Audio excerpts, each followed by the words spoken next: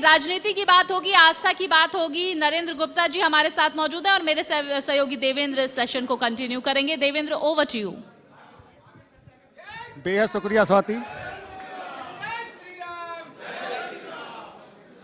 22 जनवरी का इंतजार पूरा देश कर रहा है और न केवल देश बल्कि पूरे विश्व में इस बात को लेकर इंतजार हो रहा है कि जब भगवान श्री राम लला की प्राण प्रतिष्ठा होगी और उसको लेकर पूरे देश में उत्साह दिखाई दे रहा है। लेकिन इस बीच में चूंकि इंडिया न्यूज हरियाणा राम राज कॉन्क्लेव में आज चर्चा फरीदाबाद में इस बात को लेकर कर रहा है कि जब राम राज की बात हो तो राम राज में कौन सी ऐसी ज़रूरतें हैं जिन्हें अभी पूरा करना जरूरी है। चूँकि व्याख्यान जरूर हुए साधु संतों की तरफ से और एक बड़ी बात यहाँ की गई गीता मनीषी ज्ञानानंद महाराज जी की तरफ से कि राजनीति धर्म नीति को देखते हुए हो तो और बेहतरीन समाज और देश का निर्माण हो सकता है।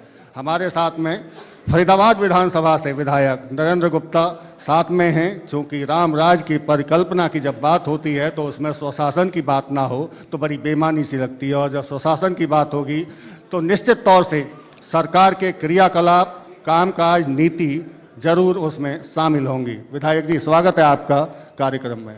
धन्यवाद देवेंद्र जी कि आपने मुझे इस सुंदर कार्यक्रम में बुलाकर मेरा मान सम्मान बढ़ाया और निश्चित रूप से हम सब आभारी हैं इंडिया न्यूज हरियाणा के एक सुंदर कार्यक्रम आयोजित किया है और निश्चित ही इससे पूरी हरियाणा की जनता और पूरी फरीदाबाद की जनता को बहुत ही फ़ायदा होने वाला है कि जो भी इसमें वक्ता आएंगे उन्हें भी अपने आचरण में प्रभु श्री राम के जो आदर्श हैं उनको ढालने के लिए और प्रेरित करेगा ये कार्यक्रम।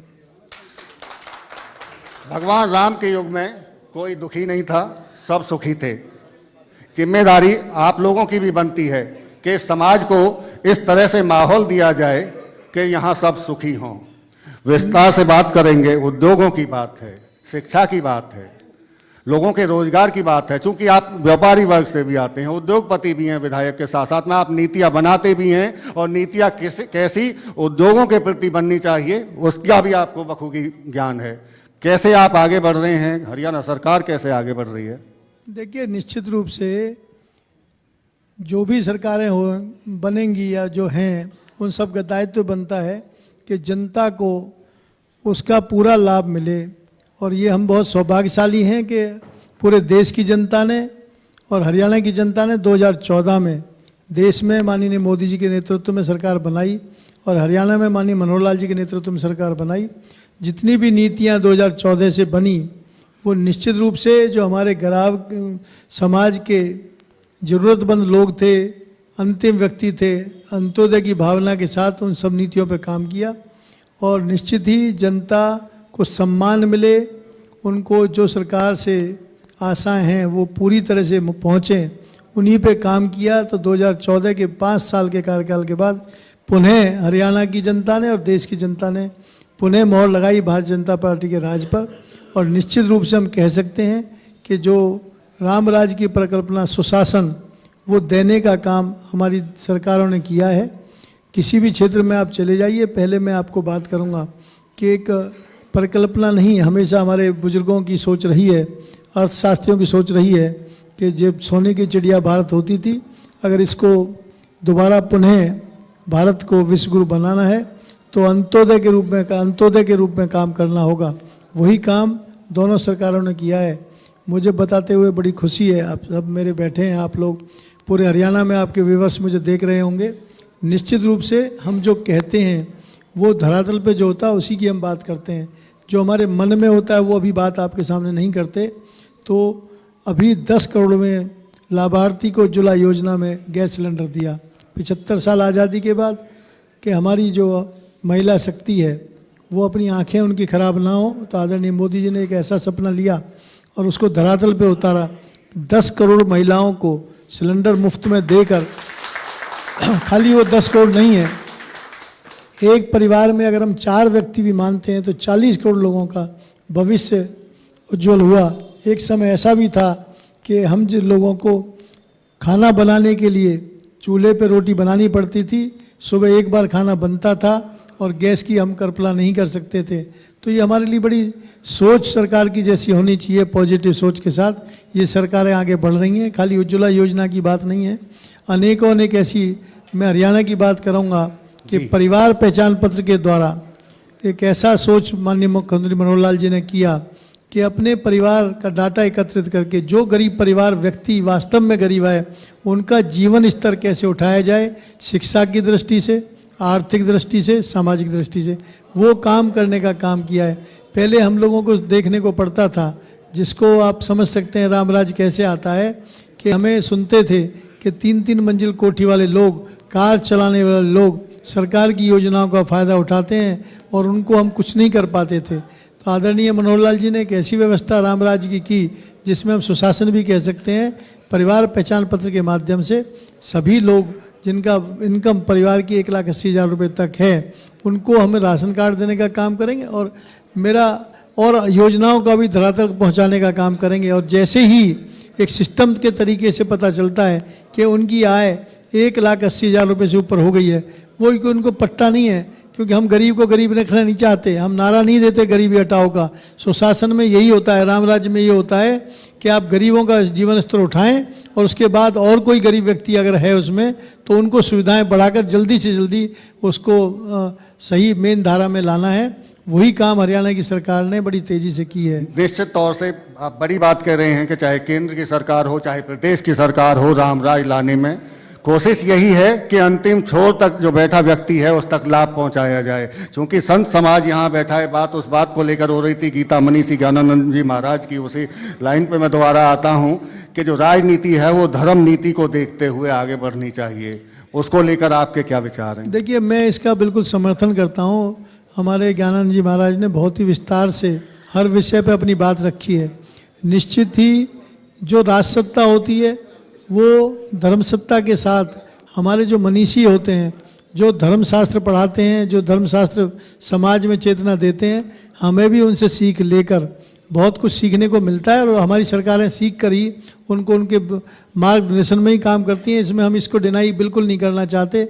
और ये निश्चित ही प्रभु श्री राम ने जो अपना चरित्र बना, जो आदर्श प्रभु श्री राम का चरित्र था, हम सब मानते हैं कि उन्होंने भाई के रूप में आदर्श स्थापित किया, भरत के एक आदर्श भाई बने।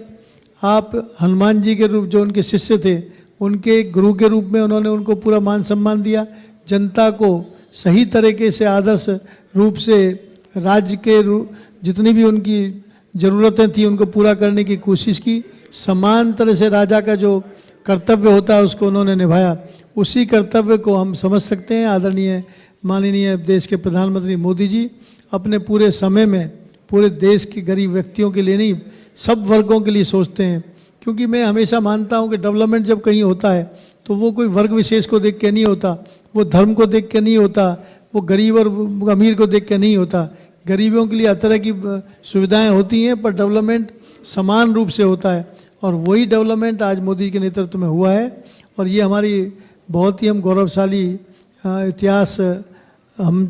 इतिहास के साक्षी बनेंगे जो इस पीढ़ी के जो जन्म हमने लिया। क्योंकि इतने सालों से प्रतीक्षा के बाद भगवान श्री प्रभु राम जी का जो मूर्ति स्थापना होने जा रही है, निश्चित रूप से हम तो वैसे भी सौभाग्यशाली हैं कि सब कामों के साथ डेवलपमेंट में बड़ी तेज़ी से डेवलपमेंट हो रहा है। साथ साथ धर्म की दृष्टि से, हमारे आस्था की दृष्टि से प्रभु श्री राम जी का मंदिर हम अपनी आँखों से बनते हुए देख रहे हैं। ये हमारे लिए बड़ी सौभाग्य की बात है। और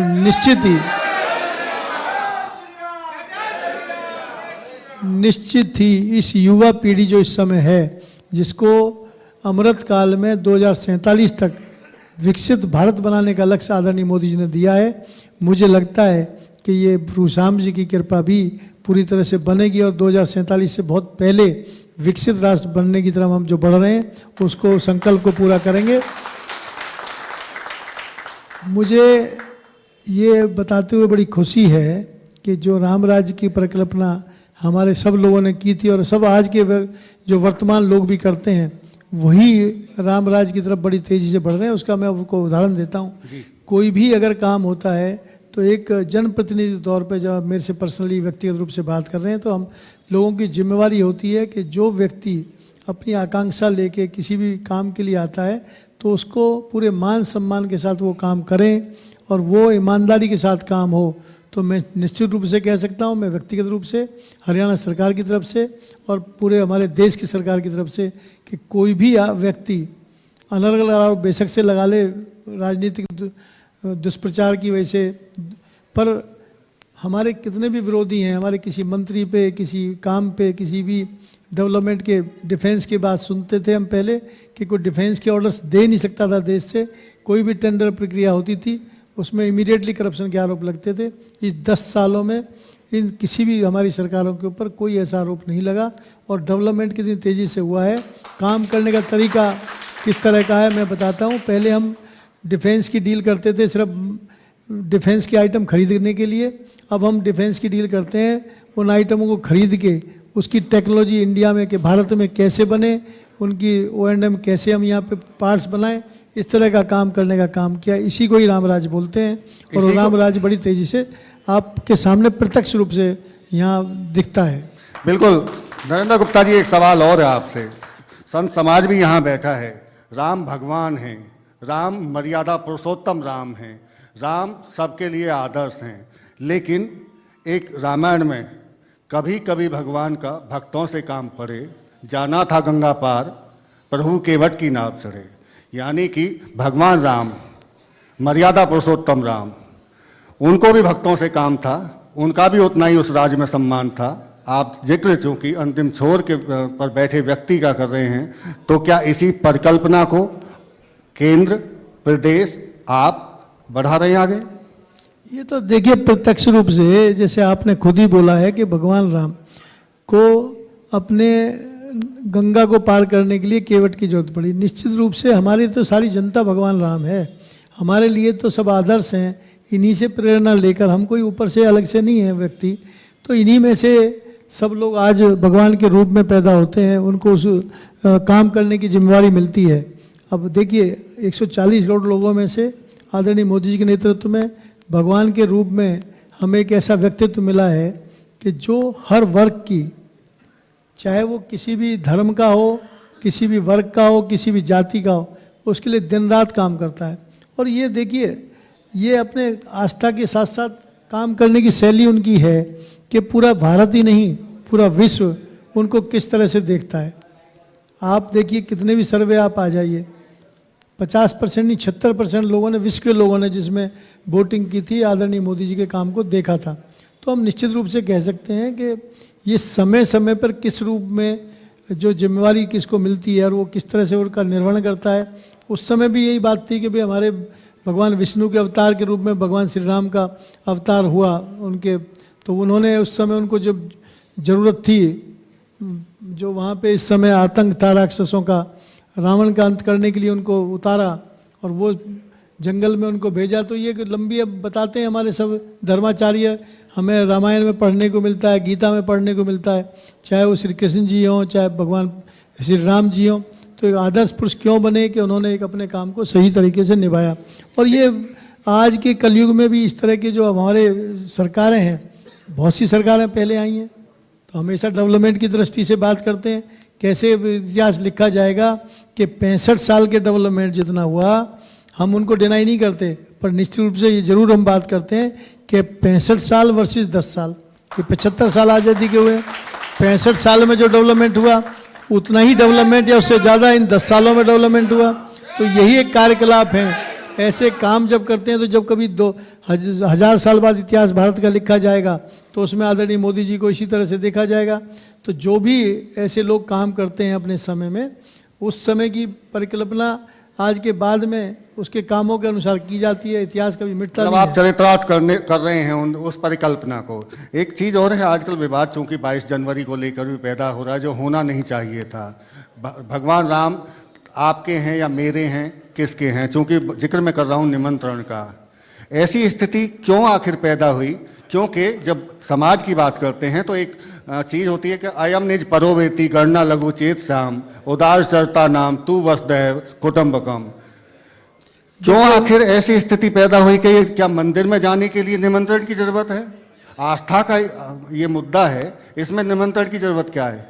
देखिए, मैं अपनी एक बात बोलता हूँ कि बड़े मन से सोचने की जरूरत नहीं है। मैं अपनी इससे अलग हटके इसका उत्तर देना चाहूँगा, आप उसे समझें कि हम लोगों की सोच इस समय जो हमारे मोदी जी के नेतृत्व में पूरे देश में सरकार चल रही है, उसमें हमारा सोच में अभी मैंने 2 मिनट पहले बताया था कि जो राजनीतिक रूप से जो जिम्मेवारी मिली है प्रशासनिक रूप से, उसमें धर्म नहीं देखते हम लोग।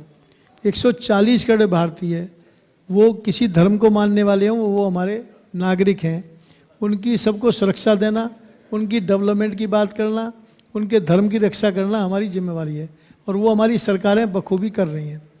निश्चित रूप से भगवान श्री राम, हमारा मानना है कि जितने लोगों की भी आस्था के प्रतीक हैं, जिनको आस्था है वो जाएं।